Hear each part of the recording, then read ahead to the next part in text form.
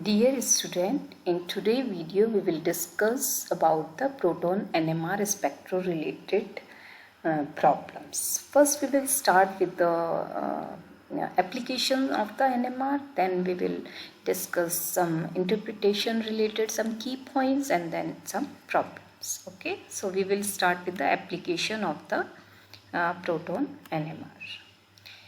This NMR is used for the study of the liquid compounds, gases, solids, and we can do study small molecules, macromolecules like big molecules like proteins, and carbohydrates, organic and inorganic compounds. This is spectroscopy used in the industries for the research purposes. It's used. It's a most important technique for the identification of the compounds, food, agriculture, pharmaceuticals, polymers, structures, chemicals, healthcare. In this spectroscopy used. This used for the 3D structure elucidation for the small and the macromolecule.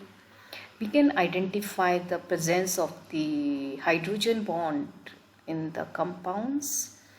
It's used for the quality assurance and the control. If some impurity is present by the presence of the signals or the chemical shift of that protons, we can identify this impurity is present over there. And in pharmaceutical validation, production of the biological related moiety, and the structure information for the FDA. It can monitor the conformations, and we can identify the chemical exchange processes by this method. And it's a clinical and functional MRI.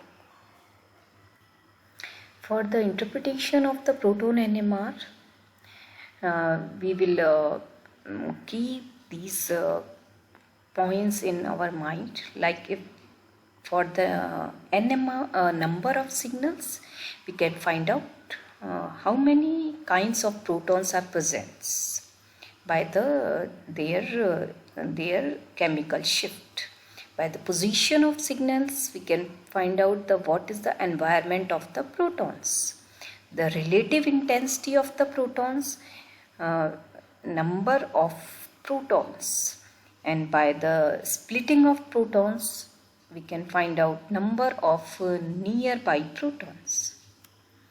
These are it's a summary of some compounds which give the signals in the proton NMR spectroscopy. I start with the benzene. It's proton NMR. Protons are all protons. Chemical environment is same, so it will give the one signal, but it will be very intense. And in case of cis-2-butene, it's two types of protons here. One is the methyl type protons, another is H. So methyl will be the CS3, these will give the one peak, and this will be the very intense peak because it's 6 protons. Here it will be the 2 proton peaks, and these will give the 2 signals. In case of trans-2-butene, these are also the 2 signals. But what is the difference between cis or 2-butene? In their coupling constant will be the difference. By that we can identify, okay, this is the cis-butene, this is the trans-butene.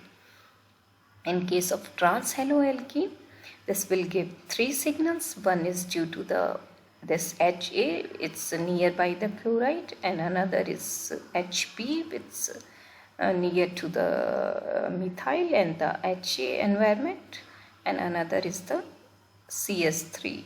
This is one, so it will give the 3 signal. In case of naphthalene, this will give the 2 signals.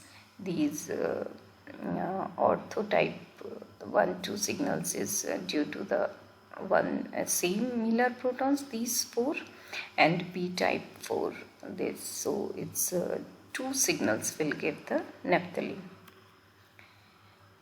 In this question, the observed chemical shift of proton is 300 Hz from the TMS, and the operating frequency of the spectrometer is 100.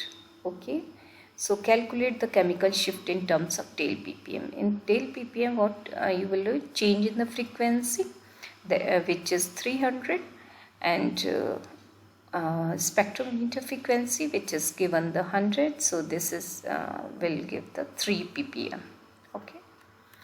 In another question, in a compound, 2 kinds of protons are there, which gives signals at 50 Hz and 200 Hz by using the 60 megahertz NMR instrument. And they are asking the what would be their equivalent position using 90 megahertz, and also convert the signals of the 50 and 200 Hz into the delta value. Okay. For this, we have to find out the position of the signal and then the chemical shift. Position of signal at 90 megahertz, 50 into 90 upon 60, and it will give the 75 Hz. And the chemical shift will be the 50 by 60 or 0.83. Okay, in case of 90 megahertz, it will give the in another it's will give the 300 Hz, and chemical shift will be the 3.3 ppm. And this is the scale which shows the chemical shift. Here this 0 to 1.5, it will give the alkyl protons, and around 2.5, this will give the acyl protons, and the NCH protons also give. And if some halogen is here, then it will shows here. If CO is there, then H is there, then it will show between the 3 to 4. And if acetylenic proton is there, then it will also shows between the 2 to 3. OH and NH protons will give the shift between the 1.5 to 5.5. By the double bond alkenyl compounds, this proton will be the 5 between the 5 to 7, and aromatic benzenic protons will give between the 7 to 8.5 or 9 ppm. And in case of aldehyde, this will give between 9.5 to 10.2. And in case of acid, this OH proton will give between the 10.5 to the 13.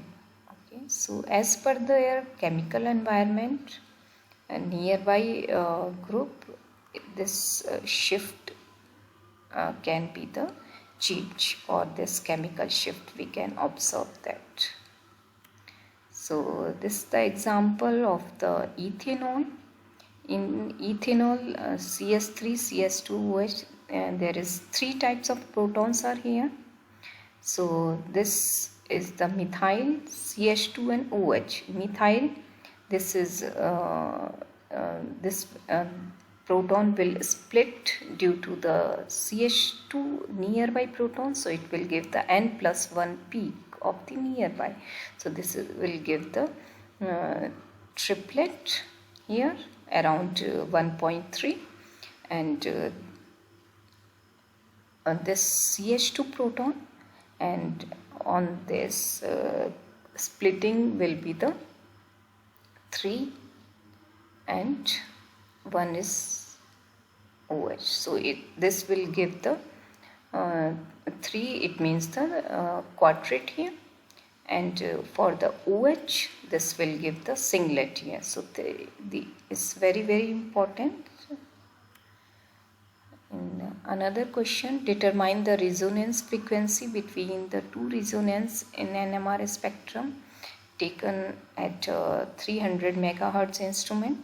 If the 2 proton signals of the interest are at 2.4 ppm and 3 ppm. What is the frequency difference between these two peaks? So difference in the peak 2.4 and 3 ppm is 0.6 ppm, and as mentioned in the question, it's these NMR they are taking on the 300 megahertz instrument, and so 1 ppm equals to 300 megahertz and 0.6 ppm equals to 180 hertz. So this will be the frequency difference here.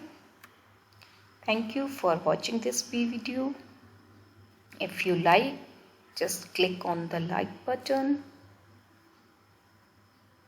Now if you have any suggestion, if you want any video, then write down in the comment box.